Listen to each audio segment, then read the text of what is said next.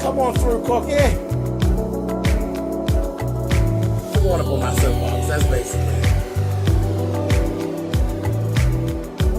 Let's talk about drag and all its forms.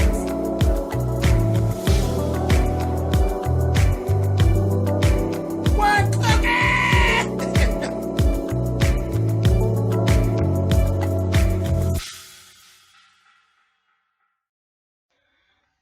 Hey guys, thanks so much for clicking on the video. This is actually going to be my review for Real Housewives of Atlanta Season 9, Episode 4. And yes, it is late. I apologize. But let's roll. Okay. So, the first thing, it really wasn't a lot of things that went on. So, Cynthia and Noel. Cynthia basically tells Noel, you know what? She has a line of, like, backpacks and different things like that, accessories, not just the sunglasses. And she decided, which was very smart, to make Noel the face of that product line. So that was actually, that's a great idea. It's called Cargo. It's called Cargo. So that was a great idea. Now, the thing is, Noel wants to be a model. Of course, Cynthia has all the connections. So there you go, girl. Career's already laid out for you. She wants to go to LA to actually go to school. Cynthia talking about, oh, well, then I can go to LA, because you know Cynthia prefers to be in LA any goddamn way. So boom, go on. No problem. So I laughed and I said, it's just too bad that Cynthia doesn't have the pull that is needed to actually get Real Housewives of LA started. But I don't think she even has she don't have the to be able to carry the show, but that would be a good spinoff, you know, for her if she could be the Nene down there in LA, because Cynthia's life is going. And then again, you know what? Hey, somebody might be listening. Cynthia's life is going to be much more interesting in LA than it would be in Atlanta anyway.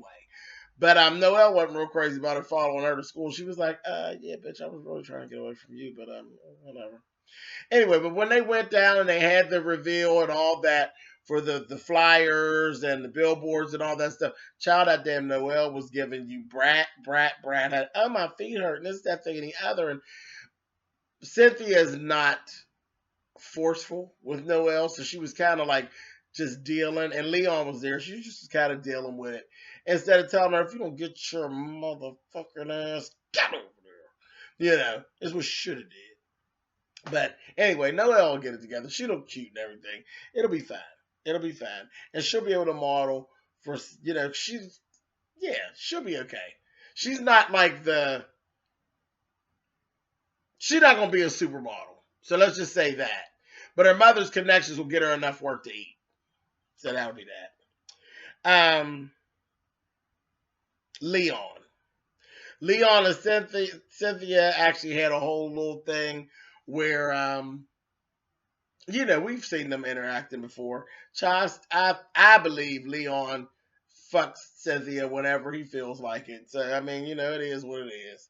And I'm just going to leave that right there. I could be wrong, but I don't think so, honey. When I look at them, I see child dick and pussy treats, honey. That's what I see when I see them two and the way they interact.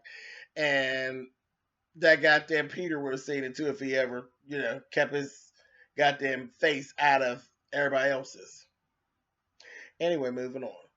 Okay, so then we got Kandi and Joyce. Joyce don't want to babysit without getting paid. Okay. Kandi, you got it. Pay her. Fuck it. It is what it is. You got to pay a babysitter. Go on and pay your mama to babysit. But I wouldn't even leave my baby with drunk ass Joyce. But anyway, that's that. And then I had to laugh when Joyce was like, Riley, the baby, he looked just like Riley. Yeah, because Riley looked just like me. Don't nobody look like you, Joyce. Sit down.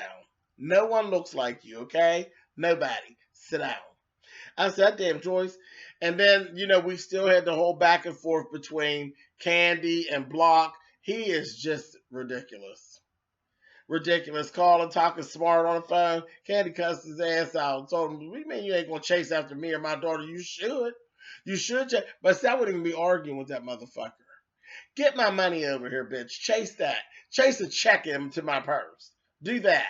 And I know she don't need the money, but just for nothing, that motherfucker would give me my motherfucking money. How about that?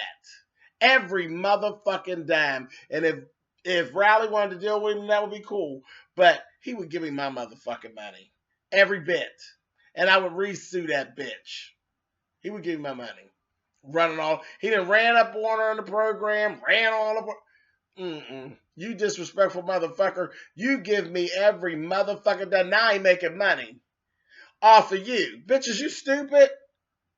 You owe me 50 G's and you will come and make some more money off of me? And my child? No, motherfucker. No, God. No, God. You need to take your ass right on back down there and re-sue him. Riley need life insurance. You know, you still got to pay it, everybody. Riley got to go to school. She going to have tuition. Let that bitch pay some of it. Joyce is right, but Joyce is doing Joyce. Joyce is trying to get that money because she wants some more money to beg for. She just sit her motherfucking ass down. She's way too involved. She just sit her ass down for real, for real. Sit it on down. Let's see. Kenya and Phaedra actually went out to eat. That was really, really weird. Them two sitting there, they got on my nerves, sitting there reading each other back and forth like it was cute and funny. It really wasn't. It was stupid. So, you know what? You all know that I'm not just a YouTube creator. I'm a YouTube fan. I watch a lot of people. You know, I do my reviews first, and then I always watch Forest Rocks. As far as Housewives of Atlanta, and I always watch Ashley Miller for anything Tyler Perry, and I watch Life with Us TV. I'm going to definitely watch them no matter what. I do my review for and Sean. Naturally, y'all know I watch Sean. I do my review first, and then I go back and watch them, so that I don't, because it's very easy to duplicate something you've already heard, by mistake. And so to avoid all that, I make sure I'll do mine. Like later on today, I'll go back and watch all my favorites and what they had to say about this episode. But I've heard throughout the weeks a lot of, the shade between Phaedra and Kenya's fun. What's fun about it? What is fun about shade being thrown at you from a bitch that, okay, yeah, we said, okay, no, they didn't sleep together, but she wanted to. I don't give a fuck what anybody says. I don't give a fuck how Team Kenya you are. Kenya wanted to fuck Apollo, okay? Back in the beginning, she did. She did. She wanted to fuck Apollo. Child, we all did. So, it is what it is. And I wouldn't give a fuck what nobody say. There is no fun, playful shade with a bitch that wanted to fuck my man. Sorry. Bad. Wrong answer.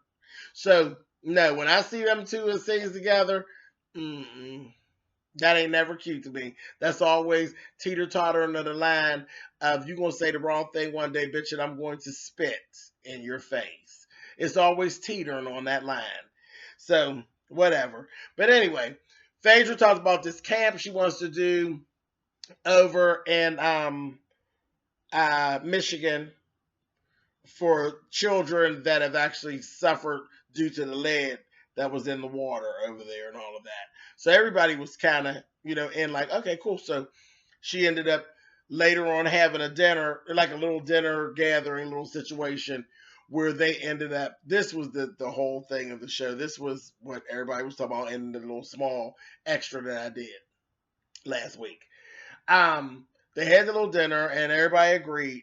Shereé and goddamn Kenya got started. And they're going back and forth, back and forth, back and forth, back and forth. Kandi's over there doing her normal, eating her motherfucking face off. And damn near choked because in the midst of the argument, that motherfucking Kenya turned around and told Shereé, oh, bitch, go ahead and shut up with that tired-ass Mama Joyce wig you got on. Now, Kandi just kind of did one of them was like, hey, after she got that bread out of her throat at him, it's like, What you're not going to do is talk about my mama. You're not going to do that. And Kandi was like, oh, girl, ain't nobody think about you. Ain't nobody talking about your mother. I'm talking about her damn wig. And like brush Kandi off the Kandi's like, you better get your motherfucking hand out my face. And I'm just kind of looking at Kandi, girl, you better than me. Because it would have been another Portia situation. I'm telling you. Now, it was funny. It was funny as hell because I wasn't involved. I wasn't involved. So from the outside looking in, it was funny. Let me tell you, being on the inside, that shit wouldn't have been funny. And that shit wouldn't have went down like that. Not at all. So everybody that knows me, that knows my mother or think you know my mother, please don't say no slick shit about my mother. Because if you do, I'm going to get at your motherfucking ass. I'm going to get at you, and I'm going to get at you real good. You do better attacking me. Because if you fuck with patience, you're going to get what you're looking for. I'm telling you, they would have got some footage that they could have never replaced. It would have been motherfucking priceless. Soon as that bitch would have said that, I'd have gave her this. Whop 'em. From the back, all you would have seen was Kenya's motherfucking hair going forward. I'd have smacked the shit out of Kenya. No motherfucking questions asked. What no questions to ask? Bitch, she disrespected you and your motherfucking mama. So I really don't want to hear no more about, don't say to my girl, she disrespected you and your mammy. Okay? And the bitch said it, and she said it in a way that you knew she was comfortable because she been talking about your mammy when you wasn't around. That shit slid right off of Kenya's tongue like she had said it 20,000 times. You been talking about my mama's wig, bitch? And then you got so motherfucking groovy that you just said it on in front of me. Oh, hell no. She needed to be stopped. And yes, I'm going to get on my soapbox, okay? It's bullshit. Motherfuckers be out of order and they get comfortable. And I'm going to tell y'all what happened. I have a cousin. He's my first cousin, okay? My cousin would always do and say shit that was completely out of order to me. We about 7 years apart, okay? And he would just say little shit, and it was real cute, and kiki ha ha ha, and people in the family would just let it go. But he never would make the mistake of saying it when my mother was present, just like nobody else in my family. I got a whole family full of punks, okay? Family full of punks. If you've ever read my book, then you know how my family kind of tried to take me some places as I was growing up gay and all of that. And they did that. But nobody's willing to play the game when my mother's around, okay? So I went through all that.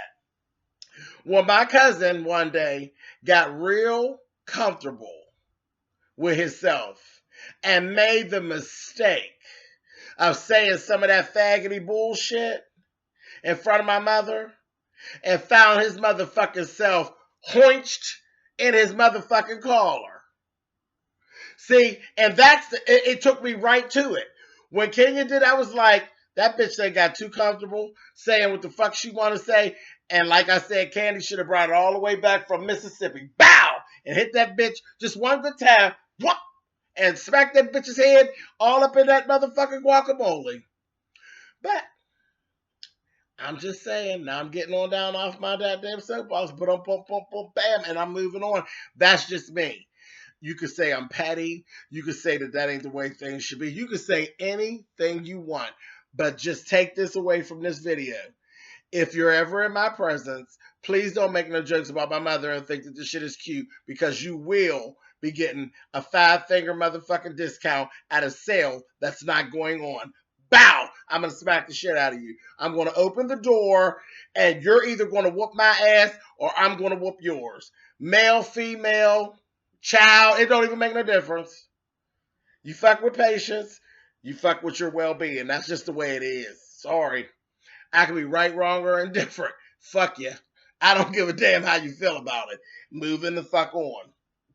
But yeah, Kenya done went too far. She went too far. That bitch should have been getting her motherfucking shit, wiping guacamole off her nose and trying to get the fuck away from Kandi before the next hit come. But anyway, that was basically it. That was all that really went on this episode. Shit, I done said enough. Oh shit. Anyway, I'll see y'all next week. All right, bye. Before you go, shit, I forgot about Bob and Shereé. Child, the kids was talking about Shereé and Bob moving into the chateau together. Shereé like, no, I don't think so. Bob finally gave Shereé an apology for all of the infidelity and all of that stuff. They had gone out to a tofu. No, not tofu. I'm sorry, a vegan restaurant. These motherfucking ghetto ass niggas. They went to a vegan restaurant to have a little bite to eat, and they kept it real cute for the scene. They filmed it in that motherfucking Shrek, and Bob's like, "I'm gonna drink his fried chicken." They took their good hungry ass up out of there and went on down to the motherfucking chicken shack for some chicken and some ribs, honey. I fell out laughing. Now that was funny. That was ghetto than a motherfucker. All right, y'all. Bye.